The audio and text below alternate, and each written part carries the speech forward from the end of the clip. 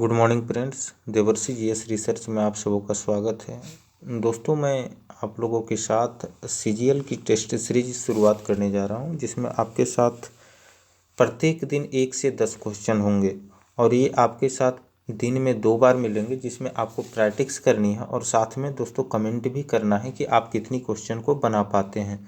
तो दोस्तों हम शुरुआत करते हैं और आप हमारे चैनल पे लगातार बने रहिएगा। आपके साथ जो है सो प्रत्येक दिन सीजीएल से रिलेटेड जो भी क्वेश्चन होंगे, क्योंकि ये जो है सो विगत वर्षों में पूछा गया क्वेश्चन है, इस पे मैं आपके साथ डिस्कशन करूंगा।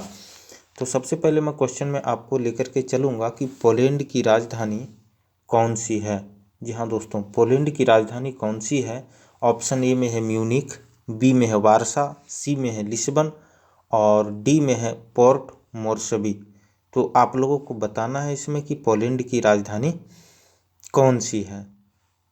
आपके पास कुछ समय मिलेंगे, आप कोशिश कीजिएगा और कमेंट बॉक्स में ज़रूर लिखिएगा दोस्तों। तो अब मैं बताना चाहूँगा, इसका आंसर जो है सो बी होगा, वारसा। पोलैंड की राजधानी वारसा है।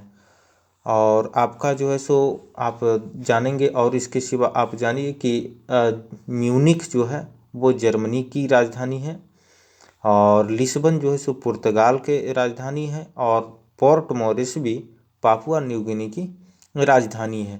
तो ये चारों आप याद रखेंगे।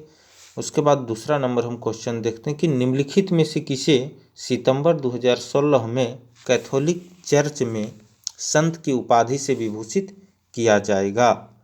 इसका जवाब आप लोग को देना है। क्वेश्चन आप फिर से सुनिए, निम्नलिखित में से किसे सितंबर 2016 में कैथोलिक चर्च में संत की उपाधि से विभूषित किया जाएगा? डायनोसियस द ऑरियोपेजाइट, बी में है सिस्टर निर्मला, सी में है फादर थियोपिला और डी में है मदर टेरेसा। जी हाँ दोस्तों, डी में है मदर टेरेसा। तो इसमें आप लोग अब कमेंट बॉक्स में अपना जो है सो उत्तर ज़रूर बताइएगा और दूसरा का आंसर होगा mother Teresa.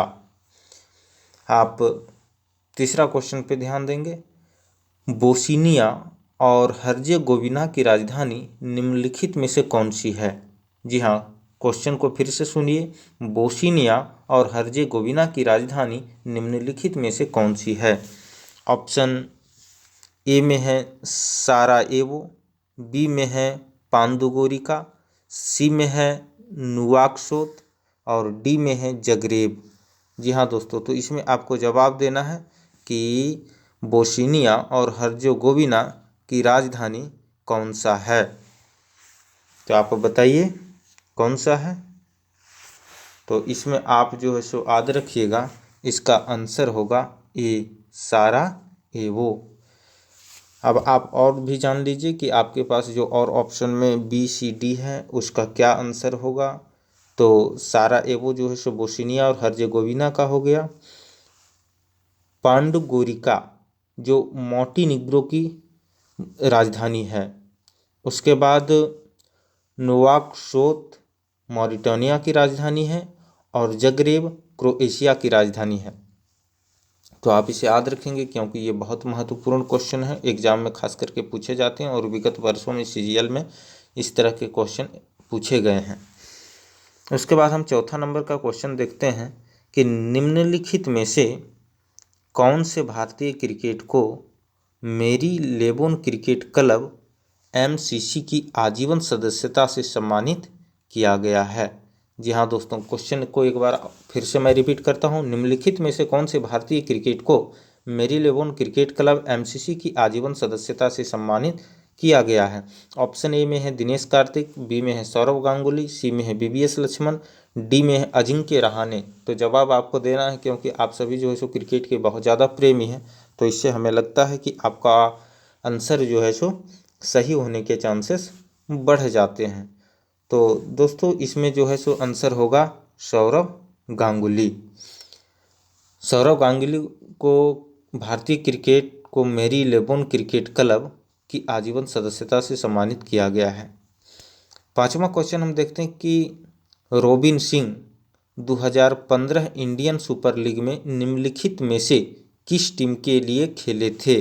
Robin Singh 2015 Indian super league में निम्नलिखित में से किस टीम के लिए खेले थे?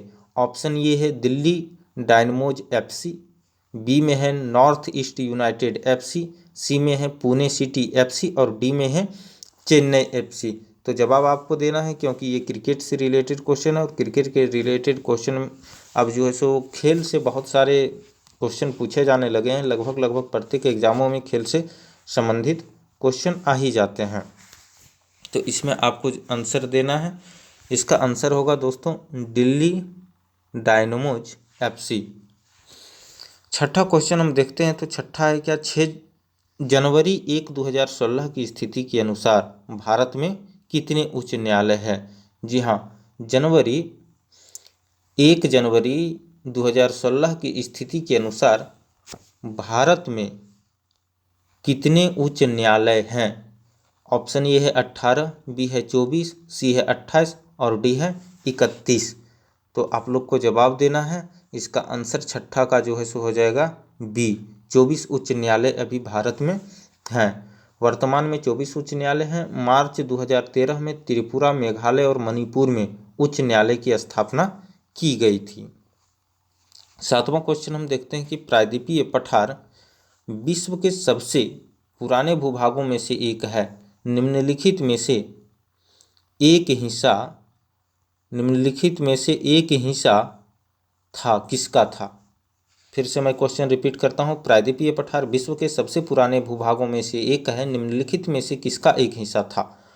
ऑप्शन ए में है मिजो भूमि, बी में है गारो भूमि, सी में है गोंडवाना भूमि और डी में है खासी भूमि।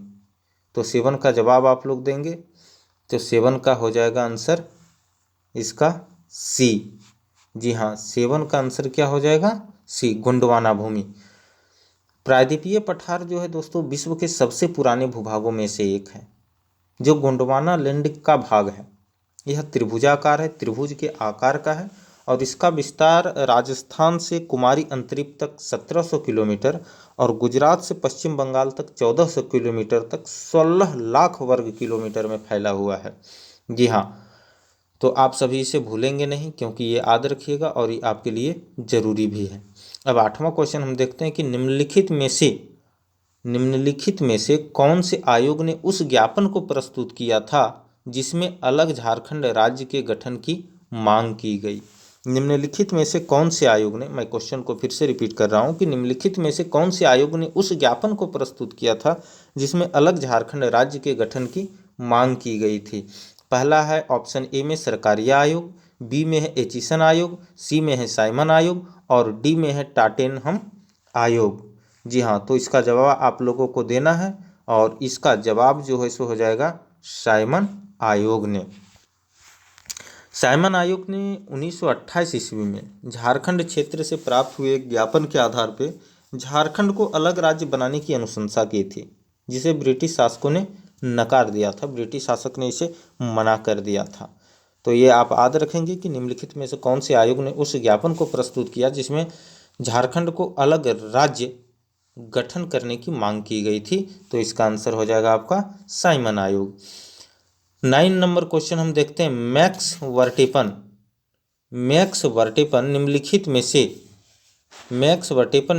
में से सिक्की पेशेवर खेल में जो वह खेलते हैं 2015 ओवरटेक्स सूची में टॉप की। मैं फिर से क्वेश्चन रिपीट करूंगा। मैक्स वर्स्टेपन निम्नलिखित में से विक्की पेशेवर खेल में जो वह खेलते हैं 2015 ओवरटेक्स सूची में टॉप किया। ऑप्शन ए में है 20 किलोमीटर वॉक में, बी में है साइकिलिंग में, सी में है तैराकी में और डी में है फार्मूला में। तो इसका आंसर आप लोगों को दोस्तों बताना है। तो 9 का आंसर हो जाएगा डी, फार्मूला में। जी हाँ, इसका आंसर क्या हो जाएगा? फार्मूला में। अब हम 10वां क्वेश्चन देखते हैं और ये लास्ट क्वेश्चन है। भारतीय संविधान की 8वीं अनुसूची में शामिल निम्नलिखित में से कौन सी भाषा सीनो तिब्बतियन भाषा समूह से संबंधित है? क्वेश्चन को मैं एक बार फिर से रिपीट करता हूँ। भारतीय संविधान की 8वीं अनुसूची में शामिल निम्नलिखित में से कौन सी भाषा सिन्नो तिब्बतियन भाषा समूह से संबंधित है? ऑप्शन ए में है डोंगरी, बी में है उर्दू, सी में है बोडो और डी में है उड़िया। जी हाँ, आप लोगों को जवाब देना है कि कौन सा जो है सो 8वीं अनुसूची में शामिल निम्नलिखित भाषा में से सिन्नो तिब्बतियन भाषा समूह से संबंधित है। जी हाँ दोस्तों, तो इसका आंसर आप लोगों को देना है और 10वां का आंसर हो जाएगा बोडो। हमारे संविधान के 8वीं अनुसूची के द्वारा 22 भाषाओं को मान्यता प्राप्त की गई है। सिन्नो तिब्बतियन या किरात भाषा को बोलने वाले लोग पूर्वांचल और हिमालय के क्षेत्र में रहते हैं। सिन्नो तिब्बतियन परिवार की भाषाओं में बोडो और मणिपुरी को हमारे संविधान के 8वीं अनुसूची में सम्मिलित किया गया है। और उर्दू, उड़िया और डोंगरी भारतीय आर्य परिवार की भाषाएं हैं। असम की प्रमुख भाषा जो है सो बोडो है। तो ये याद रखने वाली चीज़ है। और आप सभी जो है सो इसी तरह से हमारे चैनल पे लगातार बने रहेंगे। मैं 10-10 क्वेश्चन की सीरीज लेकर के आऊँगा, जिसे आप सभी लोग भी साथ में मिलकर कोशिश कीजिएगा कि इसका जवाब दें। और जवाब को आप कमेंट बॉक्स में ज़रूर लिखें। और जो भी मित्र हमारा इस सीरीज को देख रहे हैं वो लाइक करना, कमेंट करना और अन्य दोस्तों के साथ शेयर करना न भूलेंगे। तो थैंक यू दोस्तों। इस तरह से हमारी प्रैक्टिस जो है सो नियमित रूप से चलती रहेगी। और मैं जब तक एग्ज़ाम अभी आने में समय है, एग्ज़ाम लगभग जो है सो अप्रैल मई तक में लिया जाएगा। तो अप्रैल मई तक मैं लगभग हमारी उम्मीद है कि मैं इतना ज़्यादा क्वेश्चन आप लोगों के साथ डिस्कशन कर दूंगा ताकि आपकी एग्ज़ाम में कोई दिक्कत नहीं होगी। तो आप सबों को आज के लिए इतना ही। आप सभी से आज्ञा चाहिए। धन्यवाद मित्रों।